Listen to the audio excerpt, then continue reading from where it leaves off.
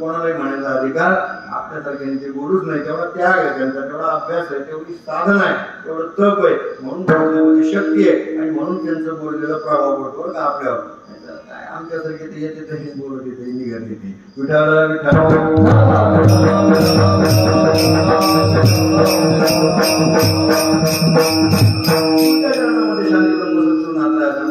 धर्म अर्थ. आता या ठिकाणी नाथांनी पुरुषार्थाचं वर्णन केलं का, रूपचिंतन सखोल बघायला गेलं ते पुरुषार्थ सांगितले 4. धर्म अर्थ काम आणि मोक्ष. बरं का, पहिला पुरुषार्थ कोणता आहे? धर्म. माणसाने धर्माचं रक्षण करण्यासाठीच जगलं पाहिजे. बरं का, सध्या फार गरज आहे धर्माचं रक्षण करणे. कालच मी बघितलं, आता मी काही बोलत नाही, पण कालच मी एका सध्या फार चालू आहे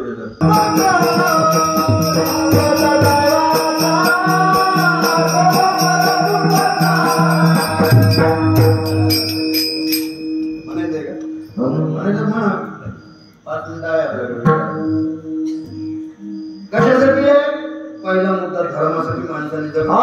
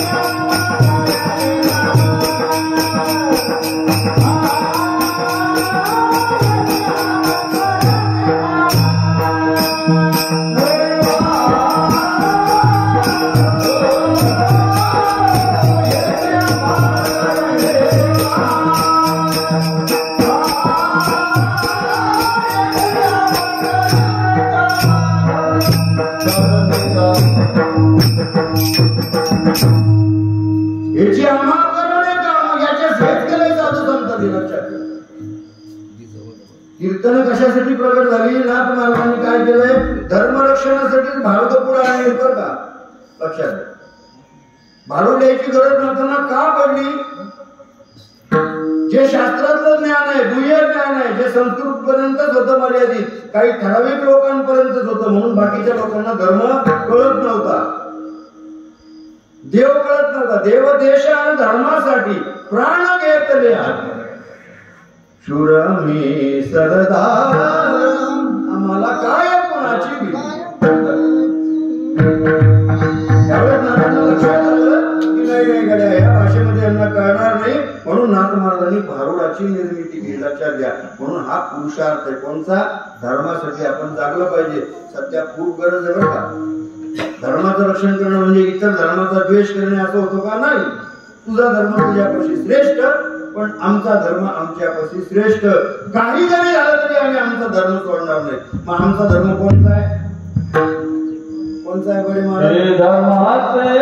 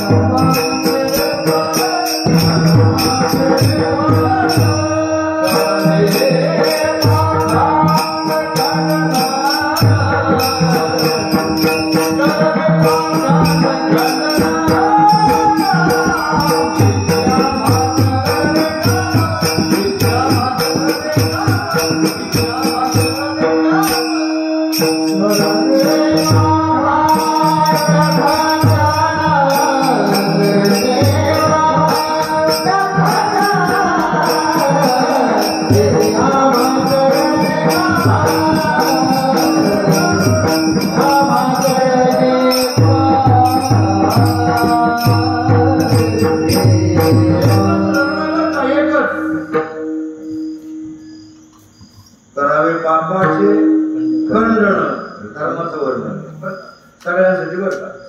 लक्षात अजून जर सोप्या भाषेत सांगायचं झालं करा तो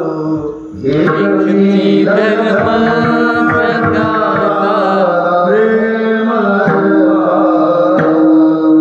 जगी जे दिन पतित जगी जे दिन पदलित दया कोणी उठवावे जगाला प्रेम धर्म आहे बरं का. बाकी आपण वेळी माणसं आपण त्याच्या फाटाफुटा पाडल्या तो विषय सोडून द्या, पण खरा पहिल्यापासून पूर्वीपासून चालत आलेला एकच धर्म आहे आणि तो म्हणजे माणुसकीचा धर्म बरं का. तो आपण पाळला पाहिजे. बाकीचा नंतरचा विषय नंतर जयंतीने बघावा, परंतु साधू संतांच्या भगवंताच्या दृष्टीने एकच धर्म आहे तो म्हणजे कोणता.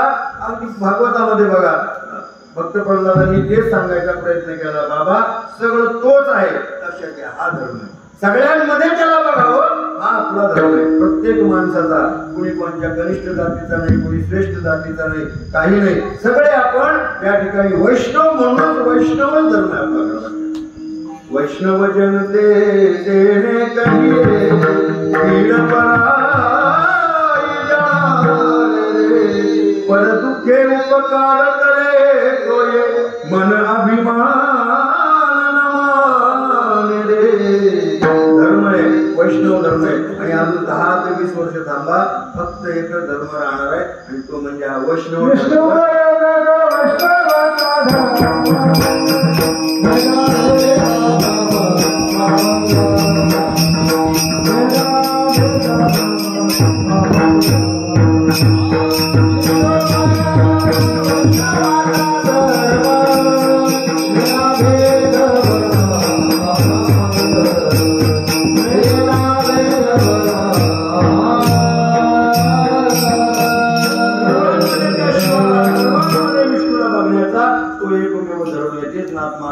तो धर्म पहिला पुरुषाला सांगितला नाथांनी धर्म, दुसरा सांगितला अर्थ. आपण म्हणतो पैशाची गरज नाही, पैसे असल्याशिवाय तुम्हाला कोणी बरोबर आहे ना ते प्रमाणे शिवाय बोलत नसतो. बहीण बंधू काय न पावे न पावसी निर्वाणी हे असं तर बरं का. म्हणून एक गोष्ट लक्षात ठेवा, रिटायर झाल्यानंतर सगळं पोराच्या हातात द्यायचं. हा जे रिटायर झाले त्यांच्यासाठी पण, होणारे त्यांच्यासाठी पण. बडे महाराज रिटायर व्हायचे झाले झाले का रिटायर झाले मोहत महाराज सगळं पोराच्या हातात द्यायचं नाही तर अवघड बरोबर रिटायर झाले का हरकत नाही, पण वारकरी वैष्णव माणसाच्या वाट्याला दुःख येत कारण की आपले संस्कार तसे असतात म्हणून आपली मुलं आपल्याला व्यवस्थित सांभाळतील. पण जे बाकीचे आहेत त्यांच्यासाठी सांगतो बरं का. म्हणून काय अर्थ महत्वाचा आहे, लक्षात घ्या. अर्थ म्हणजे पैसा. आपण म्हणतो पैशाची काय गरज आहे, पैशाला कोंबडी खात नाही, पण पैशाशिवाय तुला कोणी विचारित पण नाही ना. 10 रुपये जर खिशात असले तर बघा तुमचंही बघा तर तुम्हाला बाहेर पडा वाटतं बरं का घराच्या. जर खिशात पैसेच नसले ना एका दिवशी तोवरी म्हणती माझे 10 रुपये जर खिशात असले, माझं सांगतो बरं का, कमीत कमी एक हिरवी नोट जर खिशात असेल तर मला गाडीला टिप मारा वाटते, नाही तर वाटतं जाऊ द्या गाड्या, आज आता घरीच बोलायचं, कुठं कार्यक्रम वगैरे नसला बाहेरच पडायला नको. कशाचा परिणाम आहे? अर्थ. लक्षात घ्या, फार गरजेचे पैसे बरं का, पण त्या पैशाच्या मागे पळू नका. नाथ महाराज म्हणतात पुरुषार्थ केलाच पाहिजे, पण त्याच्या मागाने लागलं पाहिजे. एक तत्व आहे बरं का लक्ष्मीचं, मी सांगत नाही, साधू संतांनी सांगितले, न मागे तयाची रमा होय असे. रमा म्हणजे लक्ष्मी बरं का, लक्ष्मीचं एक तत्व, तिच्या मागे तुम्ही पळताल तर ती तुमच्यापेक्षा लांब लांब पळेल बरं का. तिला तुमच्या मागे पळू द्या, ती तुमच्या मागे पळायसाठीच आहे. त्याच्यासाठी तुम्हाला त्याचे पाय माझे चित्ती ठेवले तर ती तुमच्या मागे पळेल बरं का. जर त्याचं नाव मुखामध्ये घेतलं तर ती तुमच्या मागे पळेल, विनाकारण पळणार नाही. आणि जी विनाकारण पळते का ती तुम्हाला जेलमध्ये घातल्याशिवाय राहत नसते.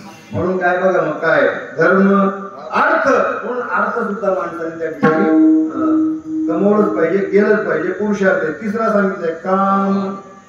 काम सुद्धा गरजेचं आहे बघा. काम माहिती अनेक शब्द आहेत त्याला. ब्रह्मदेवाने सृष्टी उत्पन्न केली, पहिल्यांदा ऋषी निर्माण केले. त्यांना म्हणजे बाबा आता तुम्ही सृष्टी निर्माण करा. ते म्हणजे बाबा आम्ही काय त्याच्यासाठी जन्माला आलो की आम्ही वयाला घेत, आम्ही निघालो, गेले निघून. पुन्हा ब्रह्मदेवाला दुसरी सृष्टी निर्माण करावी लागली, 1000 वर्ष तप करावं लागलं पुन्हा. लक्षात घ्या, काम महत्वाचं आहे बरं का. शुकदेवजीचं तसंच झालं भागवतामध्ये जर पाहता व्यासांना वाटलं आता हा काय करील, आपलं नाव पुढे नेईल, आपलं सगळं भांडवल पुढे नेईल. पण शुकदेव इतके वैराग्य होते, जसे आईच्या बाहेर आले तसेच अगदी फक्त लंगोटी कमरेला तसेच पळत सुटले. व्यास त्यांच्या मागे पळतात, अहो थांबा थांबा. शुकदेव म्हणतात मी काही संसार करायला आलो काय, मी इथं थांबणार नाही, मला याच्यात इंटरेस्टच नाही. पण तसं जमत नसतं. त्या ठिकाणी उपदेश केलेला व्यासांनी शुकदेवजींना, म्हणून तो भागवताचा विषय. पण काम सुद्धा जीवनामध्ये महत्वाचं आहे बरं का. लक्षात घ्या, जर काम नसतं तर आपण प्रगटच नसतो, आपला अवतारच झाला नसतो बरं का. लक्षात घ्या, पुढे आपण नसतोच. म्हणून काम सुद्धा महत्वाचं आहे. धर्म अर्थ काम आणि मग सगळ्यात शेवटी सांगितलंय हे 3 पुरुषार्थ जो करतो त्यालाच मोक्ष आहे बरं का. लक्षात घ्या, काम मोक्ष शिव देखता प्रत्यक्ष. आता मोक्ष म्हणजे तुम्ही म्हणता नाथ महाराज मोक्ष म्हणजे काय, तर मोक्ष काही दाखवायची सांगायची गोष्ट नाही, ती स्वतः अनुभवायची गोष्ट आहे. मोक्ष कुठं मिळतो, वरती स्वर्गात मिळतो का, कुणी पाहिलाय, कुणी आलाय का एखादा जाऊन वरतून आला का, नाही मी मोक्ष प्राप्त करून आलो महाराज, ते मोक्ष इथेच आहे. या कलियुगाचा महिमान असा आहे की सगळं इथंच आहे का, वरती काहीच नाही. आता वरती सगळं भूल झालेलं आहे, सगळं इथंच, सगळं वरती पॅक झालेलं आहे. वरती आता कुलूप लागलंय, सगळं जे आहे ते इथंच घडायचंय, इथंच भोगायचंय. आणि इथंच सगळं भोगून ज्ञानोबा सांगतात तसं, भोग भोगिताची अटला भोग, भोग भोगिताची अटला भोग भोगितल्याशिवाय आटत नसतो, तो भोगूनच सोडावा लागत असतो. म्हणून ज्याला चांगले भोग भोगण्याची इच्छा आहे त्यांनी कर्म चांगले करा. त्या भगवान शिवाचे पाय तुमच्या चित्तामध्ये धारण करा, मुखामध्ये वाचेमध्ये त्याचं नामस्मरण करा. म्हणजे तुम्हाला धर्म अर्थ काम आणि मोक्षाची प्राप्ती होईल, शिवाची प्राप्ती होईल. शिव देखता प्रत्यक्ष वाचे वदता शिवनाम काम. जो त्या शिवाचं नाव त्या वाचेने घेतो त्याला जन्मामध्ये परत क्रोध आणि काम बाधत नाही. त्या ठिकाणी श्री क्षेत्र विवेकानंद नगर आणि आजूबाजूच्या परिसरातील सर्व भाविक भक्तांच्या सहकार्याने आणि या ठिकाणी निर्माण होणारे भगवान ओंकारेश्वराचं महादेवाचं मंदिर प्राण प्रतिष्ठा. लक्षात घ्या, शब्दांना काही अर्थ असतात बरं का. प्रतिष्ठा, प्रतिष्ठापना. प्रतिष्ठापना का म्हणले याचा कधी विचार केला का तुम्ही? नाही. पैठणला प्रतिष्ठान नाव का पडलं माहितीये का? एक नव्हे 36 वर्ष भगवान परमात्मा या पैठणमध्ये स्वतःचं मूळ स्थान सोडून आला. म्हणजे काय केलं? प्रतिष्ठान निर्माण केलं, म्हणून प्रतिष्ठान आहे. लक्षात आजही भगवान येतात, षष्टीला येतात ना. प्रतिष्ठान, प्रतिष्ठापन आहे. ही चालू असणारी भगवान ओंकारेश्वराची. एक ओंकारेश्वराचं मंदिर आहे बरोबर, 12 ज्योतिर्लिंगापैकी. आणि नंतर आता मला वाटतं आपलं हे मंदिर आहे. ओंकारेश्वर आपल्याकडं प्रतिष्ठान निर्माण करून इथं राहायला आले असं आपण या ठिकाणी समजूया. आणि भगवान ओंकारेश्वराचं पूजन नित्य पूजन त्या ठिकाणी आपण करूया. त्याला काही जास्त लागत नाही, तो अत्यंत भोळा आहे बरं का. त्याला दूधच व्हायला पाहिजे असं काही नाही. त्याला इथं बसून गेलो, तिथं बसून गेलो, तिथं बसा, इथं पाणी घाला, ते पाणी ग्लास मध्ये घ्या, घरी न्या, तसं काही त्याला गरज नाही बरं का. त्याला काहीच करायची गरज नाही. अहो तुम्ही जर त्या श्रावणी सोमवारच्या ते महिला कहाणीचे पुस्तक वाचतात बघा, त्याच्यामध्ये अनेक कहाण्या येतात. तुम्ही चरित्रामध्ये पण बघा, अगदी एक माणूस मुळी त्या झाडावर बेलाच्या चुकून बसतो रात्र झाली म्हणून, आणि काय होतं चुकून त्याचं त्या दिवशी नेमकी शिवरात्र असते आणि चुकून त्याच्या हाताने एक बेलाचं पान खाली शिवाचं त्या ठिकाणी काय असते पिंड असते, आणि त्या पिंडीवर शिवाचं त्या बेलाचं पान पडतं, आणि काय होतं ते पान शिव त्या ठिकाणी ग्रहण करतात, घेतात, स्वीकार करतात. त्याचा परिणाम असा होतो की त्याला दुसऱ्या दिवशी नगरी प्राप्त होते, सोने. बघ किती भोळे शिव आमचे, अजून काय पाहिजे. म्हणून बाकी काही करण्यापेक्षा भगवान ओंकारेश्वराचं जे आपण आता ब्रह्ममुहूर्तावरती परवा दिवशी त्या ठिकाणी स्थापन होणार आहे त्यांची मनोभावे सेवा करा. नक्कीच भगवान महादेव त्या ठिकाणी तुम्हाला कृपा प्रसाद दिल्याशिवाय राहणार नाही. ते इतके भोळे आहेत. म्हणून या ठिकाणी पुनश्च एकदा संपूर्ण या मंडळींना, सप्ताह आयोजकाला, मंदिरासाठी सहकार्य करणाऱ्या सर्व मंडळींना मनपूर्वक धन्यवाद देतो. त्यानंतर बडे महाराज असतील, सगळी मंडळी त्यांनाही मनपूर्वक त्या ठिकाणी धन्यवाद.